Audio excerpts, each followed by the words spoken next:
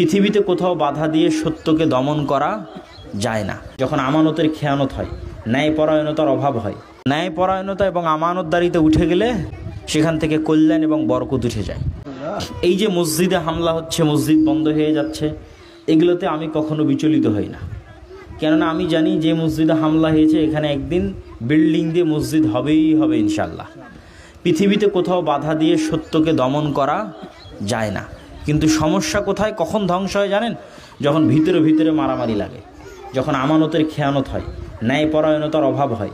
এই মাদ্রাসা কেউ এসে বাহির থেকে এসে ষড়যন্ত্র করে বন্ধ করে দিবে আর বন্ধ হয়ে যাবে, এটা বিশ্বাস করি না। কিন্তু এই মাদ্রাসার মধ্যেই যখন গণ্ডগোল লেগে যাবে তখন আসলেই বন্ধ হয়ে যেতে পারে মাদ্রাসা। তো ন্যায়পরায়ণতা এবং আমানতদারিতে উঠে গেলে সেখান থেকে কল্যাণ এবং বরকত উঠে যায়। তো এই জন্য যে কাজের সাথে আপনারা যুক্ত থাকেন না কেন, ইখলাসের সাথে, ন্যায়পরায়ণতার সাথে, আমানতদারিতার সাথে যুক্ত থাকবেন। আল্লাহ আপনাদের এই মাদ্রাসা সালাফিয়াকে কবুল করুক, আল্লাহুম্মা আমিন।